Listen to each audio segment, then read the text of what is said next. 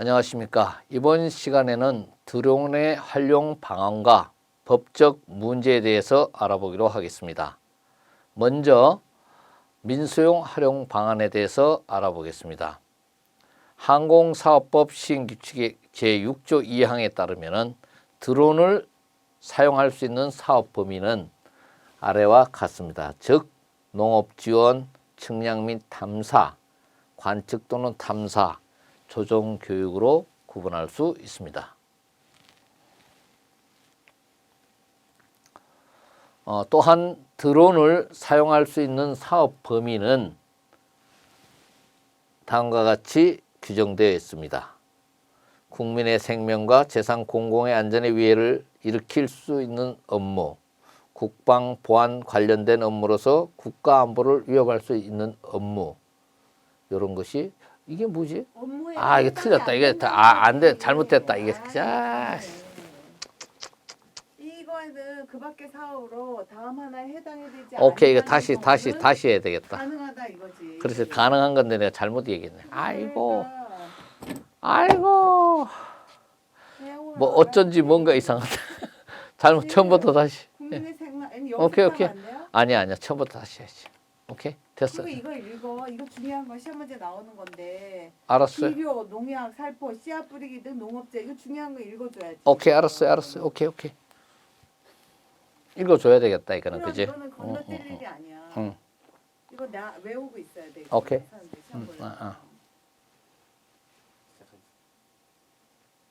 인사부터 하시고. 네.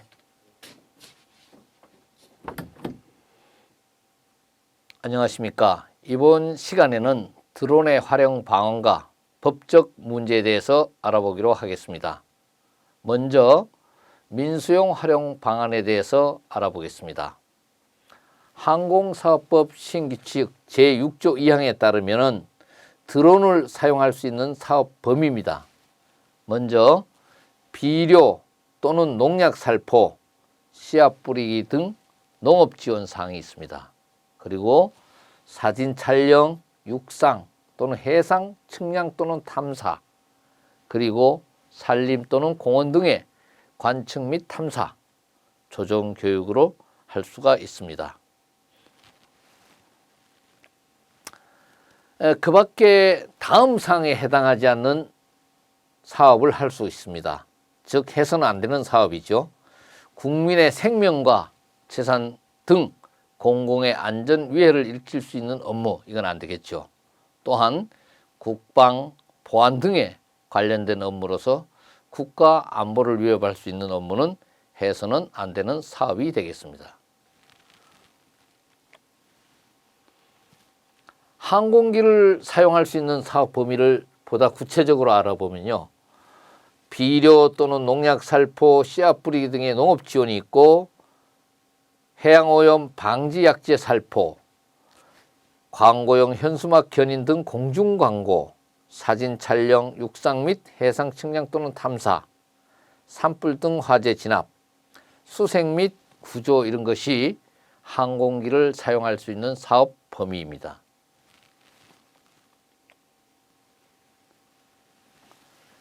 회전익 항공기를 이용한 건설자재 운반, 산림, 관로, 전설 등의 순찰 및 관측, 항공기를 이용한 비행훈련, 항공기를 이용한 고공낙하, 글라이드 견인 등 항공기를 사용할 수 있는 사업 범위에 해당됩니다. 그럼 이제 최근에 가장 많이 활용하고 있는 민간 분야는 무엇이냐 하면은 먼저 물류 운송이 있겠습니다.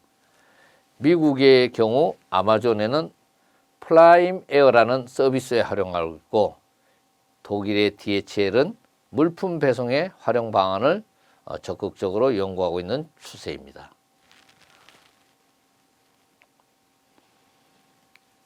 미국의 도미노 피자 배달에 활용하고 있죠. 그 다음에 아랍에미리트 정부는 정부 문서를 배송하는 실험을 활용하고 있습니다.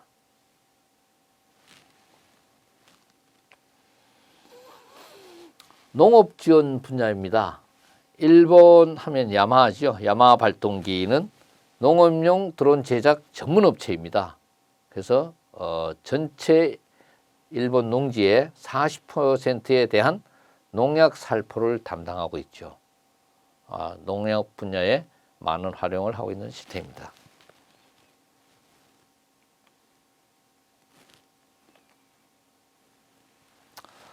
재난 대응은 미국의 글로벌 호크입니다.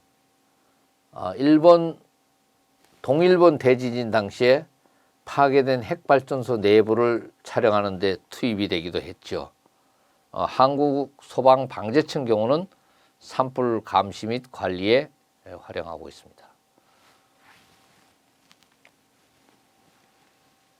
국립재난안전관리연구원에서는 재난의 원인 조사에 활용하고 있습니다. 그 다음에 이제 각종 자동차 사고 화재 현장 등에서는 구급약, 구급 의료기구를 배송하는 실험을 현재 진행 중에 있습니다. 또한 육상이나 해상에서 조난자 탐색, 구제 등에 많이 활용하고 있는 추세입니다. 다음은 이제 항공 촬영 분야입니다. 항공 촬영의 목적은 방송이나 영화 등의 영상 확보를 위해서 하고 있죠. 그래서 드론을 활용할 경우는 장소, 비용 등 여러 제약으로부터 자유롭고 다양한 각도에서 좋은 영상을 확보할 수 있는 그런 이점이 있습니다. 그리고 또 드론이 작은 드론은 아주 작죠. 그래서 백팩 같은 데 메고 다니다가 필요하면 즉시 조립을 해서 비행할 수가 있죠. 그리고 최근 드론으로 촬영한 영화만 사용하는 그런 영화 제도가 개최될 정도로 드론이 많이 활용되고 있습니다. 다음은 이제 시설 및 경비 분야인데요. 도로 포장, 교량 상태, 즉 교량도 우리 사람이 갈 수 없잖아요. 그래서 교량 밑으로 들어가서 보고 건물도 높은 건물도 이제 빨리 올라가서 외벽 상태라든지 관찰하고 있죠. 그다음에 고속도로에서 이제 보면은 우리 추석 때나 이럴 때 보면은 이 얌체 운전이라 그럴까요? 차선 위반을 한다든지 이런 것을 감시할 수 있고요. 공항이라든지 항만, 공장 등의 주요 시설에 대한 외곽도 지금 자율로 해서 선을 이렇게 그어서 그 경로를 따라서 감시를 할 수 있죠. 그리고 치안이 불안한 지역의 CCTV, 그 다음에 사각지대를 관리해서 범죄를 예방할 수 있는 분야에 활용되기도 합니다. 이제 원유를 한다든지 가스 회사에서도 이 채굴 시설이라든지 그 다음에 파이프라인의 운영 상태라든지 여러 가지 이 시설을 감시하는 데 사용이 되죠. 또한 이제 밀렵분이 있잖아요. 불법업, 그 다음에 불법 채굴 이런 것도 드론으로서 항상 감시를 할 수 있고 또 우리가 취약한 시간에도 드론으로 감시를 할 수가 있는 거죠. 그리고 더 크게 나가서는 영해상으로 들어오는 침범, 그 다음에 미륵국 해오는 거 이런 것도 감시할 수 있는 그런 분야가 있습니다. 이제 기타 분야로서 이제 기상 분야로서는 이제 기상 관측을 할 수 있는 것이요. 그래서 구름의 상태라든지 그다음 비가 온다든지 바람이라든지 이런 기상 변화를 실시간에 감시할 수 있죠. 과학 분야에 대해서 말씀을 드리면은 이제 동물이 있는 이제 멸종 동물 이 지역의 분포, 그다음에 이 동물이 이동하는 것을 감시를 하고 경로를 확인할 수 있죠. 그다음에 지리적 특성, 즉 소나무라든지 이런 것이 병충해가 있다든지 또는 어떠한 지역에 산림군이 다른 식물이 있다든지 이런 것도 파악해서 활용을 하고 나가서는 정밀 지도 제작 등에도 활용하고 있습니다. 이제 레저 분야죠. 드론 레이싱 많이 보셨죠? 드론 레이싱 경주를 한다든지 또는 드론을 가지고 자기가 이제 할 수 있는 취미 활동을 할 수 있죠. 그러니까 드론으로서 고개 비행도 하고 여러 가지 형태의 실험도 할 수 있는 그런 취미 활동을 했고, 지난 시간에도 말씀드렸지만은 구글의 루네 프로젝트를 보면은 에드벌룬을 활용해서 드론을 무선 중계기로 이런 활용할 수 있는 그런 것을 진행 중에 있습니다. 한국의 공공기관의 활용 방안은 무인기계 개발 기획 연구 보고서에 따르면은 2015년 미래창조과학부에서 발간한 보고서죠. 예, 공공기관이 드론을 활용할 수 있는 방안에 대해서 연구를 했습니다. 거기에 이제 공공기관이 활용하는 방안을 쭉 보면은 먼저 해양경찰청입니다. 해양 주권 수호 및 경비작전, 그 다음에 치안유지 및 범죄단속 수사, 안전관리 및 수색구조, 그 다음에 오염감시 및 방제, 이런 활동을 주로 공공기관에서 활용하는 방안이 발전되고 있습니다. 다음은 이제 산림청인데요.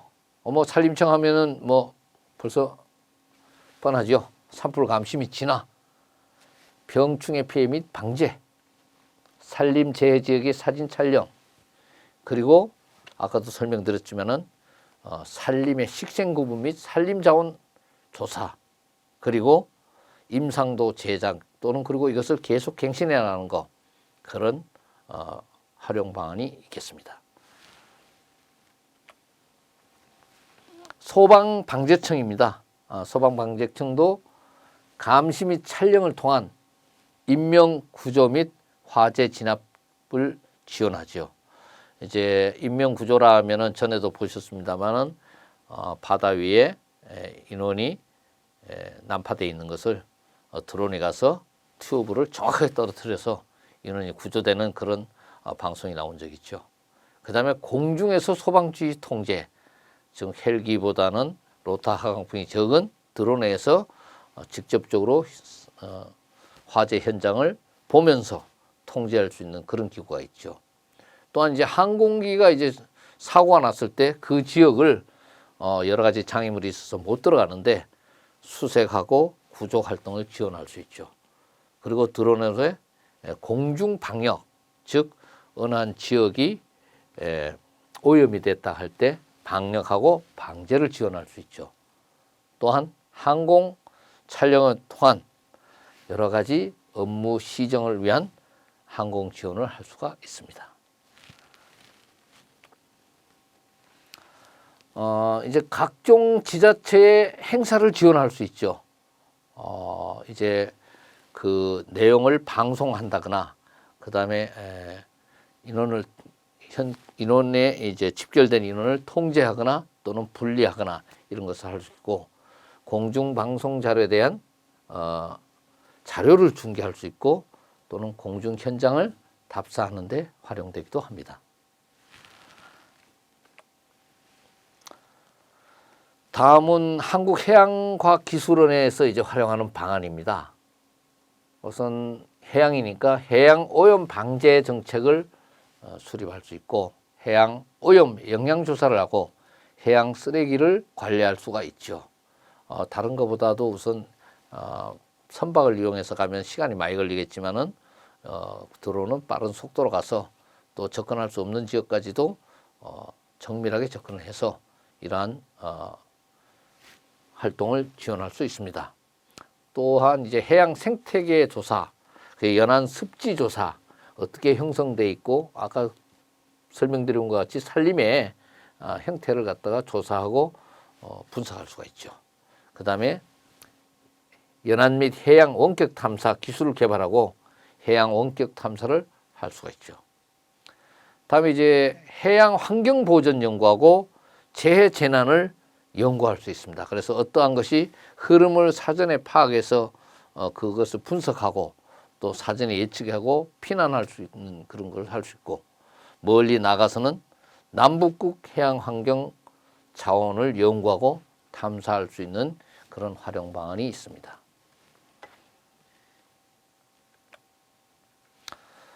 다음은 한국수자원공사입니다.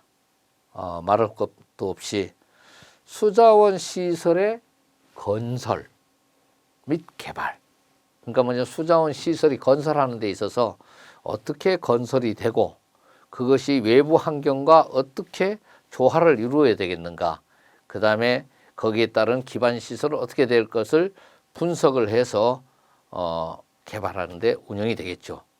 물론 이제 상하 수도 시설 건설 및 관리도 이와 같은 방법으로 할 수 있습니다. 그리고 해외 수자원 개발 사업하는데도 이러한 데이터를 분석하고 직접적으로 활용하는데 도움이 되겠죠. 또한 산업단지라든지 신도시 개발을 할 때도 이에 따르는 교통시설이라든지 그다음에 여러 가지 환경 여건이라든지 인구의 밀집도 뭐 교통 수량 이런 것도 다 파악해서 신도시 개발하는데 활용이 됩니다. 또한 친수구역 조성 사업 이런 거에도 그러한 환경 여건을 분석해서 이러한 것을 활용할 수 있는 것이 드론의 활용 방안이 되겠습니다. 다음 이제 국립환경공단에서 활용 방안입니다. 대기 환경을 감시를 하죠. 그래서 미세먼지가 얼마 있는가, 또한 어떻게 발전돼 가고 있는가, 수생태계를 어떻게 보존해야 될 것인가, 어제와 오늘 그리고 내일이 어떻게 될 것인가를 분석해서 보존하는 거죠. 이에 따른 환경 오염 예방 및 환경 영향 평가도 편성합니다. 최근에는 드론이 미세먼지 공장 지역에 있는 데 가서 미세먼지를 측정하니까 어떻습니까? 환경 미세먼지가 줄어들었다 그러죠. 그러니까 서로 간에 그런 것을 보존하고 관리하는 데 도움이 되는 거죠. 말씀드린 바와 마찬가지로 이러한 유해물질 오염, 토용 지하수 오염을 감시하고 이를 예방하는 데 활용하고 있습니다. 한국전력공사에서 드론을 활용하는 방안입니다. 먼저 고지에 있는 송전탑 설비 및 송전선 안전 점검 또는 수리 지원입니다.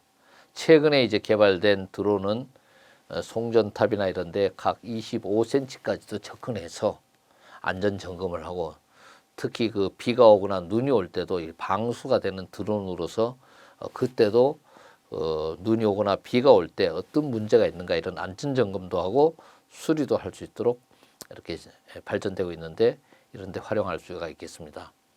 그리고 이제 국내외 이제 원자력 발전소 방사선 안전 점검에도 활용할 수 있습니다. 그리고 풍력 발전소의 입지 확인 및 발전 설비 안전 점검을 할 수 있죠. 그래서 어느 지역에 바람이 어떻게 불고 얼마나 불고 이런 것을 데이터를 적용을 해서 활용하는 방안이 있죠. 그리고 해외 송배전 사업 시 송배전 선로를 어떻게 구성할 것인가, 그리고 거기에 따른 안전 점검을 활용하는데 활용하는 그런 방안이 적용되고 있습니다.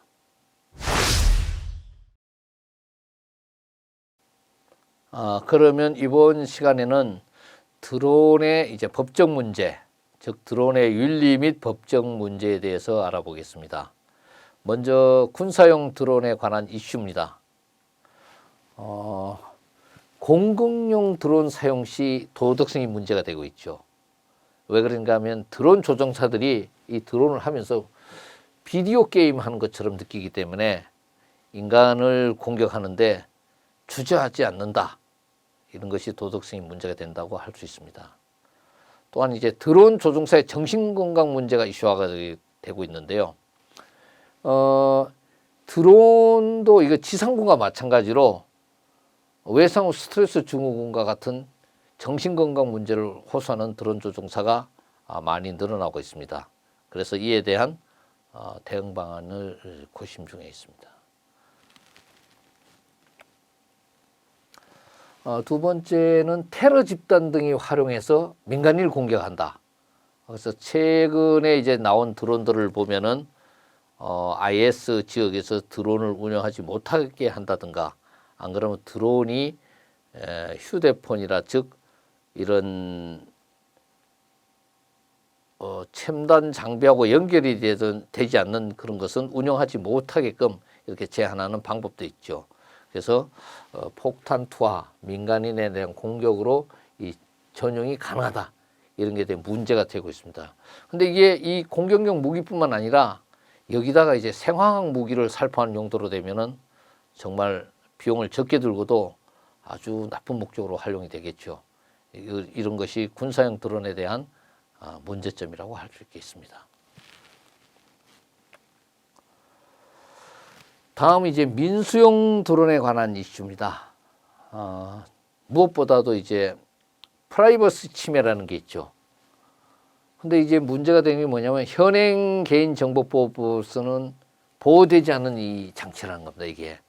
그래서 불특정 다수를 무차별적으로 촬영할 수 있어서 이 움직이는 폐쇄회로가 될 수 있다는 거죠. 그러니까 언제든지 촬영해서 유포가 될 수 있다. 또 그리고 현행 드론이 개인정보보호법에서 보호하고 있는 영상정보 처리기에 포함되지 않기 때문에 촬영을 위해서는 반드시 정보 주체의 동의를 받아야 됩니다. 그러니까 어떠한 영상을 무조건 찍는 것이 아니라 그 영상을 찍으면 그 영상에 관련된 사람의 동의를 받아서 촬영을 해야 된다는 것입니다.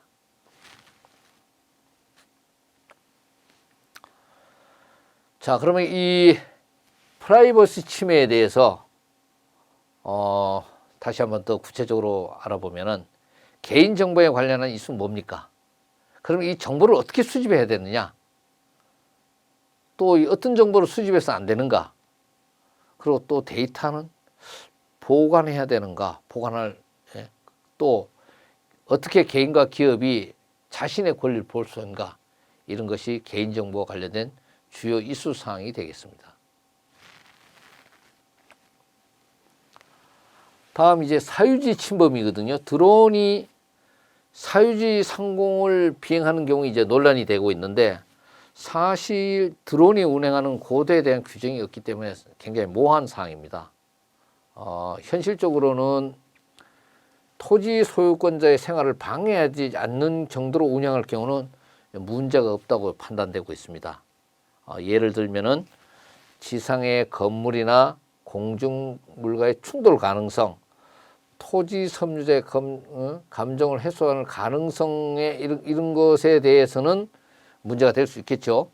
그러나 이런 것을 제외한다면은 특별히 문제가 없다고 그렇게 규정을 하고 있습니다.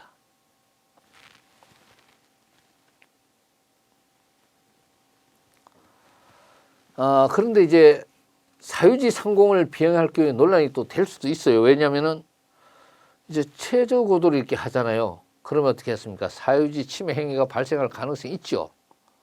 그래서 이런 거에 대한 것이 계속 논란이 되는데 이런 것은 앞으로 점차적으로 구체화시키고 제도화시키고 법제화시켜야 될 사항으로 판단이 됩니다.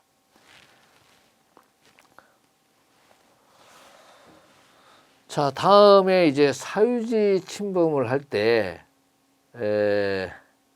방어 제거 청구권 행사 가능 여부에 대한 겁니다. 이것이 이제 일반 항공기와 달리 이제 정해진 항로가 없거든요. 그래서 이례적으로 이렇게 운영이 됐단 말이에요. 그렇기 때문에 방어 제거 청구권을 한다는 것은 사실 실효성이 없다고 판단이 됩니다. 그런데 이제 타인의 토지를 반복적으로 침해하고 이럴 때는 방해에 대한 청구권을 행사할 수 있겠습니다.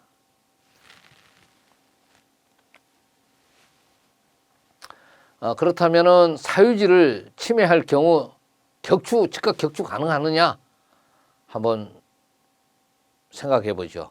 자, 드론의 경우 일단은 물론 이제 소형 드론 같은 경우는 이게 분석이 누구 것인지 모르지만 대형 드론은 즉 여기서 대형 드론이라는 건 초경량 비행장치 즉 12kg를 초과하는 그런 드론에 대해서는 반드시 전화번호와 그 사람 이름 이런 게 다 파악이 돼 있어요. 그래서 소유자가 파악되지만은 12kg를 초과하지 않은 드론은 이러한 규제가 좀 약하거든요. 그런데 이런 것이 파악이 안 된 것이 반복해서 침범해 한다 이거예요. 이것은 할 수 있다는 주장이 있는 반면에 사유지를 침범했더라도 개인의 사유재산을 파기하거나 납부할 수 없다는 이런 주장이 이제 서로 반론이 있는 겁니다.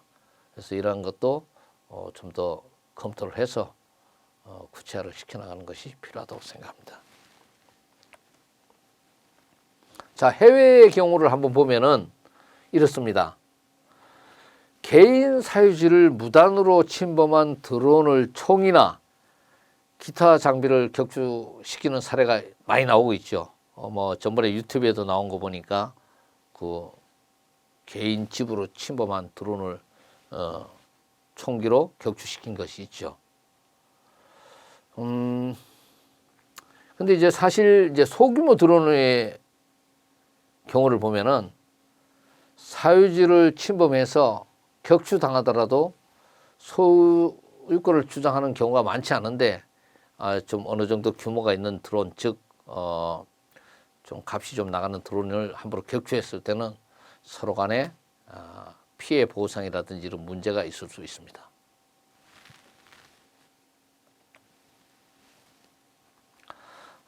근데 이제 제조물 책임법에 대해서 한번 알아보면은 제작상의 결함으로 사고가 발생한 경우, 드론 사고가 제작상의 결함으로 발생한 경우에 제작자는 제조물에 대한 책임을 지게 돼 있죠. 근데 이제 통상적인 항공기 사고와 달리 드론은 통제조와 시스템이 결합해서 사고가 많이 발생할 수 있어요. 즉 뭐냐면은 통제소하고 이 시스템 드론하고 이 교신이 안 된다든지 교신이 끊어졌다든지 이런 경우가 발생할 수 있기 때문에 이 책임 소재를 참 구분하기 어려운 상태가 많이 발생하죠.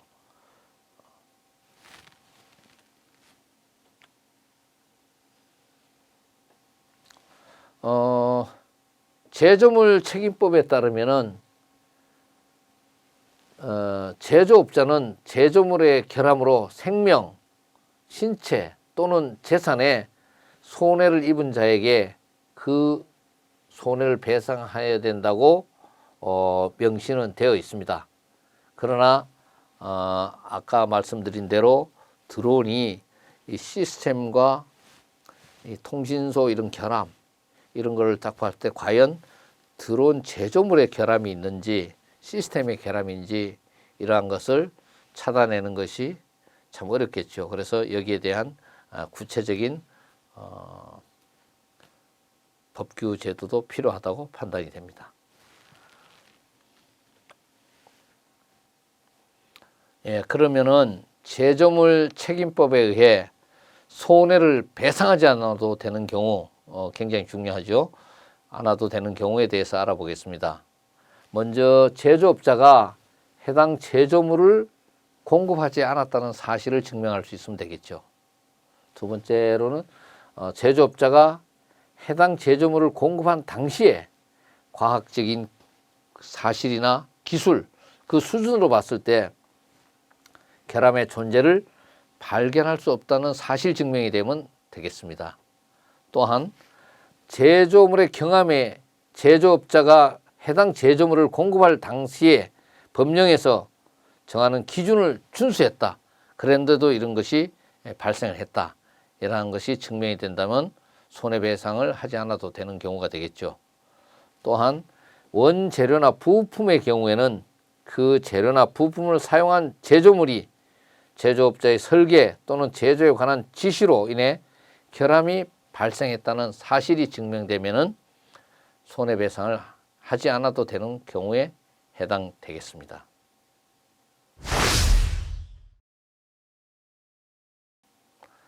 그러면 드론의 활용 방안과 법적 문제에 대해서 알아본 사항에 대해서 문제풀이로 다시 한번 정리를 해보겠습니다. 1번 문제입니다. 다음 중 항공사업법 시행규칙에 의해 드론을 사용할 수 있는 사업 범위에 포함되지 않는 것은? 네, 잘 푸셨습니까? 네, 운행 차량 추적이죠. 다시 한번 말씀을 드리면은 운행 차량을 추정하는 것은 국민의 생명과 재산 등 공공의 안전에 위협을 일으킬 수 있는 업무로 금지되고 있습니다. 2번 문제입니다. 다음 중 군사용 드론에 관련된 이슈에 대한 설명으로 올바르지 않는 것은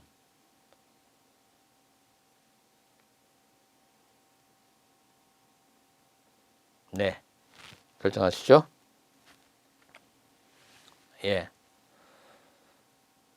드론 조종사들이 직접 전장에 나가지 않으므로 정신적 스트레스는 없다. 그렇지 않죠? 똑같은 현상이 있다 그랬죠. 드론 조종사들이 전장에 직접 나가지는 않지만 전투를 수행하는 지상군과 마찬가지죠. 그래서 외상 후 스트레스 증후군에 걸리는 경우가 많다고 했죠. 네, 3번 문제입니다. 다음 중 드론이 개인 사유지 상공을 비행할 경우에 대한 설명으로 올바르지 않는 것은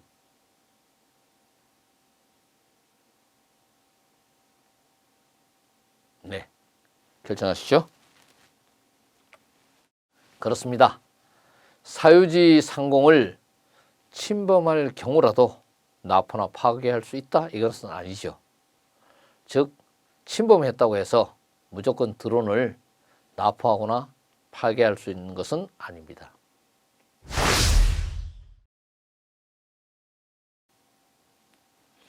예, 그러면은 이번 시간에 공부한 내용에 대해서 정리를 하도록 하겠습니다. 먼저 드론의 활용 방안에 대한 정리입니다. 항공사업법 시행규칙 제6조 2항에 따르면은 드론을 사용할 수 있는 사업은 다음과 같은 것이죠. 비료 또는 농약 살포, 씨앗 뿌리기 등 농업 지원, 사진 촬영, 육상, 해상, 측량 또는 탐사, 산림 또는 공원 등의 관측 또는 탐사, 조종교육, 그리고 이제 그 밖에 다음 하나에 해당되지 아니하는 경우, 즉 공공의 안전이라든지 국방, 보안 등에 저해되지 않는 그런 사업을 하는 것은 사업을 할 수가 있겠죠. 다음 이제 드론이 활용 방안인데 최근 많이 활용하고 있는 민간 분야죠. 그래서 물류 운송으로부터 농업 지원, 재난 대응, 항공 촬영, 시설 관리 및 경비, 기상, 과학, 레저 등의 분야가 있겠죠. 그리고 우리나라 이제 공공기관, 즉 해양경찰청이라든지 산림청, 소방방재청, 한국해양과학기술원, 한국수자원공사, 국립환경공단, 한국전력공사 등등에서 드론을 다양하게 운영할 수 있는 내용을 공부하였습니다.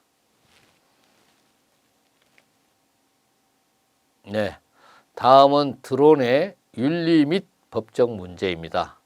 먼저 군사용 드론에 관한 문제와 민수용 드론에 관한 이슈가 있겠습니다.